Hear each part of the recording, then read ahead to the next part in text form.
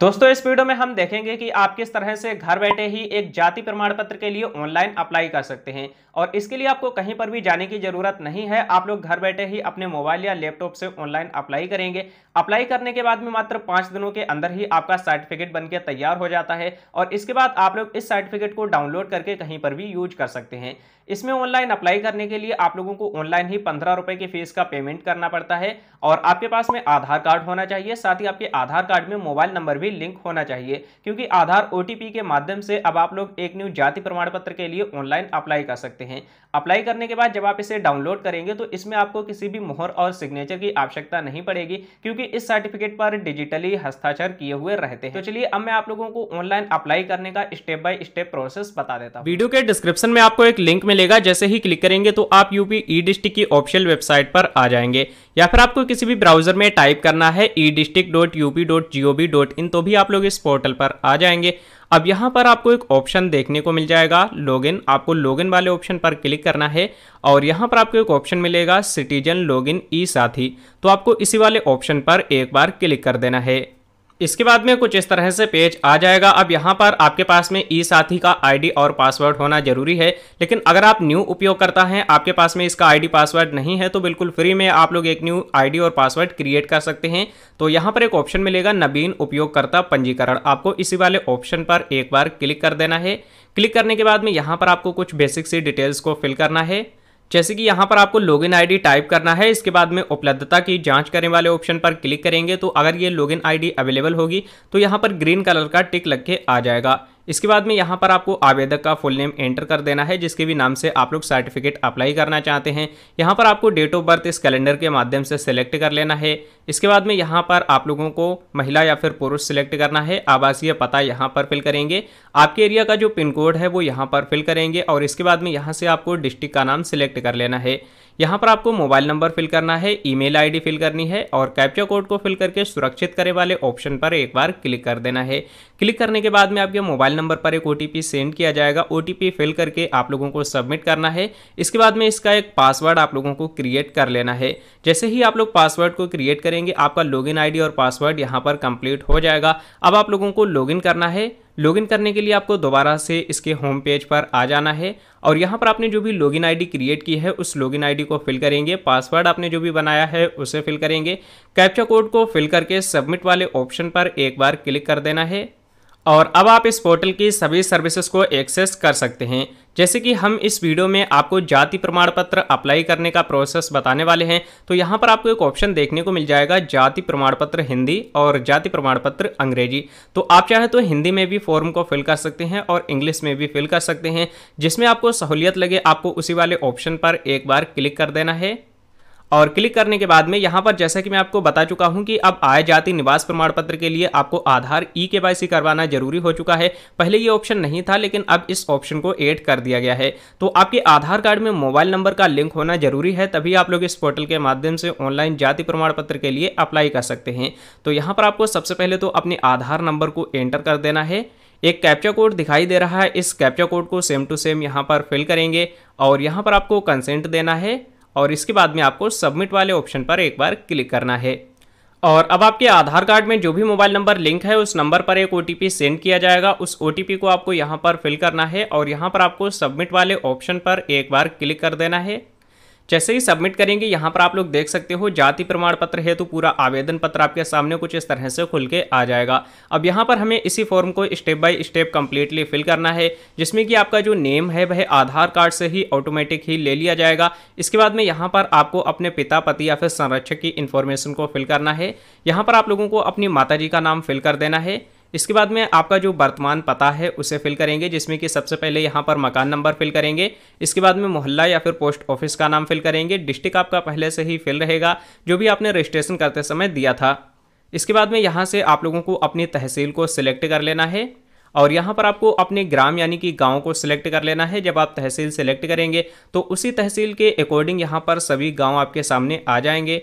इसके बाद में यहाँ पर आपको अपने मोबाइल नंबर को फिल कर देना है। अब अगर आपका स्थायी पता और वर्तमान पता दोनों सेम है तो आपको इस वाले बॉक्स पर टिक लगा देना है, तो सेम एड्रेस ही आपका यहाँ पर आ जाएगा। इसके बाद कुछ नीचे की साइड में आएंगे, यहाँ पर आपको अपनी जाति बतानी है कि आप कौन सी जाति से आते हैं। तो सबसे पहले तो आपको अपनी कैटेगरी को सिलेक्ट करनी है, पिछड़ी जाति है या फिर अनुसूचित जाति, अनुसूचित जनजाति या फिर विमुक्त, वो आपको सिलेक्ट करना है। और जो भी आप जाति की कैटेगरी को सिलेक्ट करेंगे उसी प्रकार से यहाँ पर आपको अपनी उपजाति को सिलेक्ट कर लेना है। जैसे कि हमने यहाँ पर अनुसूचित जनजाति सिलेक्ट किया है, तो अनुसूचित जनजाति के अंतर्गत जितनी भी उपजाति हैं वो आपके सामने आ जाएंगी। अगर आप यहाँ पर अनुसूचित जाति सिलेक्ट करेंगे तो यहाँ पर आपकी जो उपजाति हैं उनकी कैटेगरी यहाँ पर काफ़ी बढ़ जाती है। और उपजाति को सिलेक्ट करने के बाद में यहाँ पर आपको प्रमाण पत्र बनवाने का कारण बताना है कि आप जाति प्रमाण पत्र क्यों बनवाना चाहते हैं। जैसे कि अगर आप स्कॉलरशिप के लिए बनवाना चाहते हैं तो यहाँ पर स्कॉलरशिप टाइप करेंगे, या फिर आप और किसी काम के लिए बनवाना चाहते हैं तो वो काम आपको यहाँ पर फिल कर देना है। इसके बाद में यहाँ पर क्या इससे पहले आपको कभी भी जाति प्रमाण पत्र जारी हुआ है, अगर आप यहाँ पर हाँ वाले ऑप्शन को सिलेक्ट करेंगे तो आपको प्रमाण पत्र संख्या भी देनी पड़ेगी, तो इसलिए आपको नहीं वाले ऑप्शन को ही सिलेक्ट कर लेना है। यहाँ पर आवेदन शुल्क का भुगतान कर दिया है या फिर नहीं, तो हमने अभी नहीं किया, इसलिए हम नहीं वाले ऑप्शन को सिलेक्ट करेंगे। और सिलेक्ट करने के बाद में आपकी जो राशन कार्ड संख्या है वह ऑटोमेटिक ही यहाँ पर आ जाएगी। अगर आपका राशन कार्ड बना हुआ नहीं भी है फिर भी आपको इसे ऐसे ही छोड़ देना है, फिर भी आपका जो जाति प्रमाण पत्र है वह बन जाएगा। अब यहाँ पर आपको कुछ डॉक्यूमेंट्स को अपलोड करना पड़ेगा, तो डॉक्यूमेंट आपको ध्यान से देख लेना है कौन कौन से डॉक्यूमेंट्स अपलोड करने हैं। चुने वाले ऑप्शन पर क्लिक करेंगे, यहाँ पर सबसे पहले तो आवेदक का एक पासपोर्ट साइज का फोटो अपलोड करना है, और जो फोटो आप अपलोड करेंगे वही फोटो आपके जाति प्रमाण पत्र पर प्रिंट होकर आएगा। इसके बाद में एक स्वप्रमाणित घोषणा पत्र आपको अपलोड करना होता है। इसमें आपको अपना नाम, पिता का नाम, एड्रेस और सिग्नेचर करके अपलोड करना होता है। ये जो स्वप्रमाणित घोषणा पत्र है इस फॉर्म का लिंक मैं आपको इस वीडियो के डिस्क्रिप्शन बॉक्स में दे दूंगा, वहां से आपको डाउनलोड करना है। इसके बाद में इसका एक प्रिंट आउट निकलवाना है और फॉर्म को फिल करके इसका फोटो खींच करके यहाँ पर अपलोड कर देना है। अब यहाँ पर पार्षद या वार्डन या ग्राम प्रधान का जाति प्रमाण पत्र ये जरूरी नहीं है, आप चाहें तो अपलोड कर सकते हो या फिर आप इसे ऐसे ही छोड़ सकते हो। राशन कार्ड अगर नहीं है तो इसे भी आपको छोड़ देना है और अन्य वाले ऑप्शन को आपको सिलेक्ट करना है। सिलेक्ट करने के बाद में यहाँ पर आप लोगों को आधार कार्ड को अपलोड करना है। जब आप यहाँ पर अन्य सिलेक्ट करेंगे तो यहाँ पर आप लोगों को क्लिक करना है और टाइप कर देना है आधार कार्ड। इतना टाइप करने के बाद में अब आपको यहाँ पर अपने आधार कार्ड को अपलोड करना है। तो मेन डॉक्यूमेंट्स मैंने आपको बता दिए हैं। सबसे पहले आपको एक पासपोर्ट साइज का फोटो अपलोड करना है, दूसरा स्वप्रमाणित घोषणा पत्र अपलोड करना है और तीसरा आधार कार्ड। बस ये 3 डॉक्यूमेंट अगर आप अपलोड कर देते हैं तो आपका जाति प्रमाण पत्र बनकर तैयार हो जाएगा और मात्र 5 से 6 दिनों के अंदर ही आप लोग इसी पोर्टल के माध्यम से डाउनलोड भी कर सकते हैं। अब डॉक्यूमेंट को अपलोड करने के लिए आपको यहाँ पर चूज फाइल वाले ऑप्शन पर क्लिक करना है और जहाँ कहीं पर भी आपका आधार कार्ड रखा हुआ है उसे सिलेक्ट करके ओपन वाले ऑप्शन पर क्लिक करेंगे और इसके बाद अपलोड वाले ऑप्शन पर क्लिक करेंगे तो यहाँ पर आपका डॉक्यूमेंट अपलोड हो जाएगा। इसी तरह से जिस भी डॉक्यूमेंट को अपलोड करना है उसे सिलेक्ट करना है और चूज फाइल वाले ऑप्शन पर क्लिक करेंगे और यहाँ पर आपको अपलोड वाले ऑप्शन पर क्लिक कर देना है। तो आप यहाँ पर इस तरह से डॉक्यूमेंट्स को अपलोड कर पाएंगे। और आपको साथ ही इसका ध्यान रखना है साइज का। जो भी आप फोटो अपलोड करेंगे इसका मैक्सिमम साइज 50 KB होना चाहिए और डॉक्यूमेंट का मैक्सिमम साइज 100 KB होना चाहिए। सभी कुछ इन्फॉर्मेशन को फिल करने के बाद में यहाँ पर आपको दर्ज करें वाले ऑप्शन पर एक बार क्लिक कर देना है और जैसे ही दर्ज करें वाले ऑप्शन पर क्लिक करेंगे आपने इस फॉर्म में जितनी भी अपनी इन्फॉर्मेशन को फिल किया होगा सभी कुछ इन्फॉर्मेशन आपके सामने कुछ इस तरह से आ जाएगी और यहीं पर आपको एक आवेदन संख्या भी देखने को मिल जाएगी। आपने जो भी फोटो अपलोड किया होगा वो फोटो आपको यहाँ पर देखने को मिल जाएगा और जितने भी आपने डॉक्यूमेंट्स अपलोड किए हैं उन सभी की सूची आपको यहाँ पर देखने को मिल जाएगी। अब आपको क्या करना है, आपका फॉर्म तो सबमिट हो चुका है लेकिन आपको सेवा शुल्क का भुगतान करना है। तो जब तक आप लोग 15 रुपये की पेमेंट नहीं करेंगे आपका जो जाति प्रमाण पत्र है वह बन के नहीं आएगा। तो इसके लिए आपको कुछ नीचे की साइड में आ जाना है और यहीं पर आपको एक ऑप्शन देखने को मिलेगा सेवा शुल्क का भुगतान करें। तो आपको इसी वाले ऑप्शन पर एक बार क्लिक कर देना है और क्लिक करने के बाद में कुछ इस तरह से पेज आ जाएगा। यहाँ पर आपको प्रोसीड विद पेमेंट वाले ऑप्शन पर एक बार क्लिक कर देना है। क्लिक करने के बाद में आप रिडायरेक्ट हो जाएंगे पेमेंट पेज पर। अब यहाँ पर आप लोग net banking, debit card, QR code और UPI इतने ऑप्शन आपको मिल जाते हैं पेमेंट करने के लिए। तो यहाँ पर आपको कितने रुपए की पेमेंट करनी है वो अमाउंट भी आप यहाँ पर देख सकते हो। तो जैसे कि हम यहाँ पर UPI से पेमेंट करने वाले हैं इसलिए हमने UPI सिलेक्ट किया और शो QR वाले ऑप्शन पर एक बार क्लिक कर देना है। जैसे ही क्लिक करेंगे तो यहाँ पर आपके डिस्प्ले पर एक QR कोड शो हो जाएगा। अब इस QR कोड को आप लोगों को किसी भी पेमेंट एप्लीकेशन के माध्यम से स्कैन करना है और 15 रुपये की फीस को पेमेंट कर देना है। जैसे ही आप लोग यहाँ पर फीस पेमेंट कर देंगे इसके बाद में आप लोगों को एक फीस रिसिप्ट भी मिल जाएगी जिससे कि आप लोगों को डाउनलोड करके रख लेना है। और बाई चांस अगर आप लोगों को फीस रिसिप्ट नहीं मिलती है, पेमेंट भी आपका कट चुका है, तो यहाँ पर आपको एक ऑप्शन देखने को मिल जाएगा रसीद की प्रतिलिपि। या फिर आपको यहाँ पर एक और ऑप्शन देखने को मिल जाएगा साइड में भी रसीद की प्रतिलिपि। आपको इस वाले ऑप्शन पर क्लिक करना है। आपका जो भी आवेदन संख्या है उसे यहाँ पर फिल करके सुरक्षित वाले ऑप्शन पर क्लिक करेंगे तो आपकी पूरी एक्नॉलेजमेंट स्लिप आपको देखने को मिल जाएगी। अब आप लोगों को क्या करना है, एक ऑप्शन यहाँ पर मिलेगा आवेदन की सूची, आपको इसी वाले ऑप्शन पर एक बार क्लिक कर देना है। क्लिक करने के बाद में जितने भी सर्टिफिकेट आप लोगों ने इस पोर्टल के माध्यम से अप्लाई किए होंगे तो वो आपको यहाँ पर देखने को मिल जाएंगे। तो अगर आप लोगों ने यहाँ पर पेमेंट को कंप्लीट कर दिया है तो यहाँ पर लिख के आ जाएगा applied and forwarded to concern officer. लेकिन जब तक आपकी पेमेंट कंप्लीट नहीं होगी तब तक यहाँ पर लिख के आता रहेगा applied but payment note done.